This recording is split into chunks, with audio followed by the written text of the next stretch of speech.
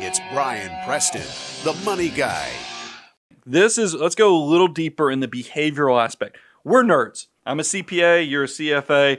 We don't sometimes like to do the squishy stuff, and especially the squishy stuff that makes you, the listener, uncomfortable, because I'm a Southern gentleman.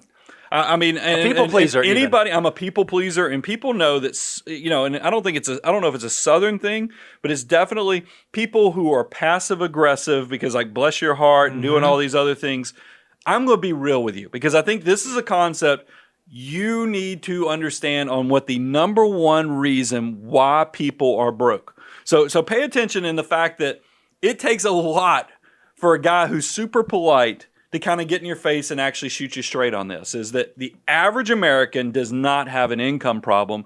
You are flat out not doing it because you have a spending problem. I mean, that is the honest truth. Nobody likes to talk about it because we get it. It's easy for us, and especially in this society we're in right now, success has become kind of a scarlet letter. Yeah. And which is crazy to me because coming from not much money, you not coming from much money, you always want to be aspirational. Absolutely. You were trying to improve yourself. What is the thing we're trying to do with our kids? We want our kids to have better opportunities than we have for ourselves. But somehow in this society, it's gotten better. You see it on all the... You go on Twitter.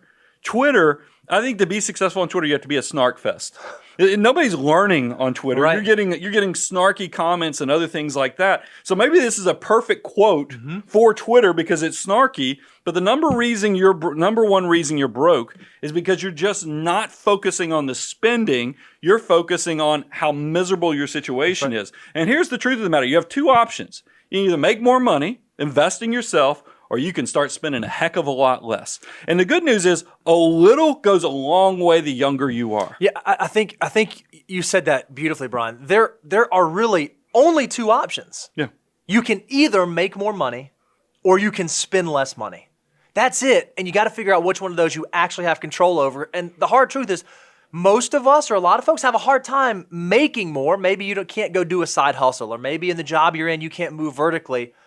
But almost everyone can spend a little bit less. Almost everyone can back down, tighten the belt. And it's amazing how those small changes, very small sums of money, just like you said, can go a long, long way. Well, let me give it, because I can't do a squishy segment without some data, because I start itching and twitching if I don't put data in there. You know, when we talk about, Chris Hogan has a book, Everyday Millionaires. It's up here on the shelves behind us. He has 62% of millionaires earned on average a household income of $100,000 or less. So what this is saying is that, like, the majority, because that's more the majority of millionaires aren't high-income households. They're not six-figure folks.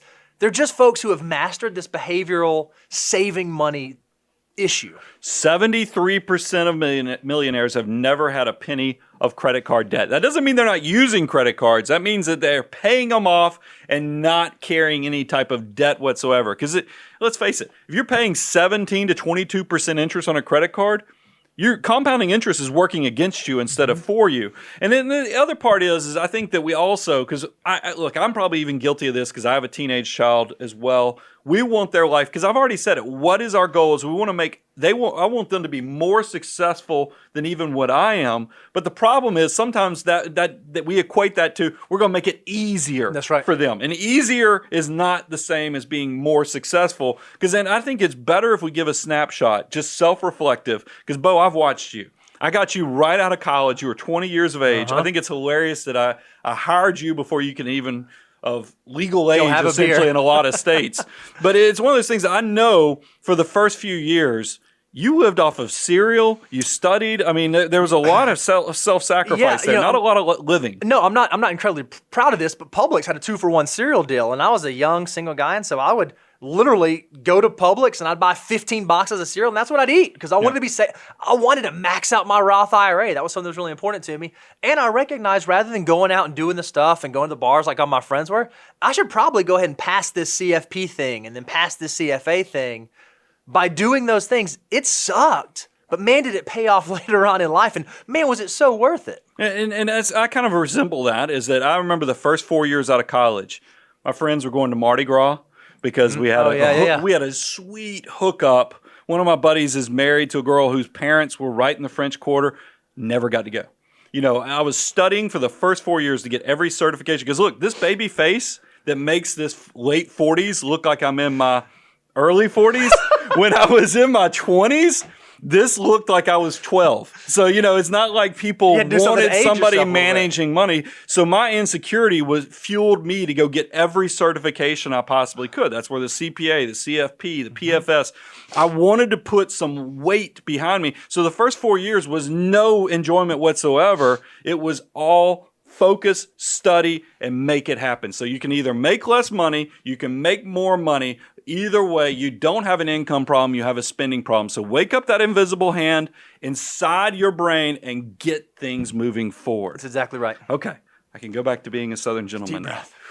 So let's kind of talk about, because it is a transition point that I want to kind of show people that you can make money of the power of starting young. Yeah. So, how do millionaires actually become millionaires? What's the thing that they do?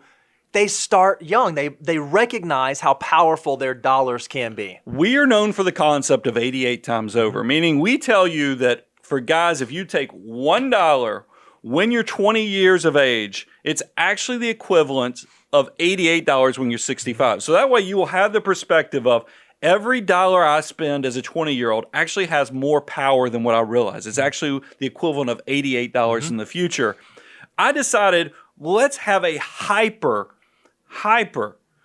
illustration to show that that's only the tip of the iceberg on the power of compounding interest and letting your money work for you. So I'm not counting on you guys to actually do this, but I want to give you perspective on how powerful this compounding interest, where a little goes a very long way. And for those of you that have kids and grandkids, wake up to these next few numbers. So we said, okay, what does it look like if you start young? So we said, what can $1 become by the time you're 65? And we always talk about the 88, just like Brian said.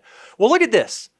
For a 1-year-old, someone at the very beginning of their life, maybe a child, a baby, a grandson, granddaughter, $1, assuming a 10% rate of return until retirement, could turn into $586 by the time that they get to retirement.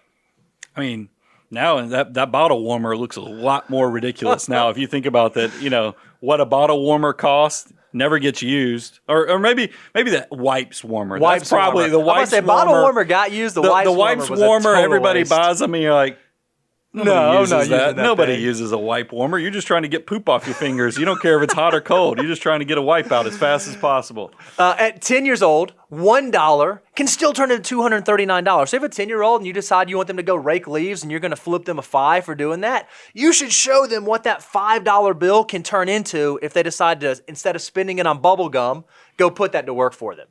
At 20, it's 88 times over. That's the thing. That's the crux that we always talk about. At 30, $1 can still turn into 23. And at 40, $1 can still turn over 7 times. But you can just see in this illustration how much more powerful it is if you can start early. So guys, when you start boo-hooing that you don't make any money, you make $25,000 or $30,000, I want you to look at a slide like this and think about your 88 times over. Think about your, the 54 times over for somebody who's in their mid-20s. There is an opportunity there that your little can go a very long way. And this will also give you perspective when you're looking at the 40 or 50-year-old and you're like, man, I wish I had what they have. Mm-hmm. They're looking at you going, man, if I only knew back then what I know now, I could rock this thing. So use that power and harness it and bring yourself to the next level of financial success.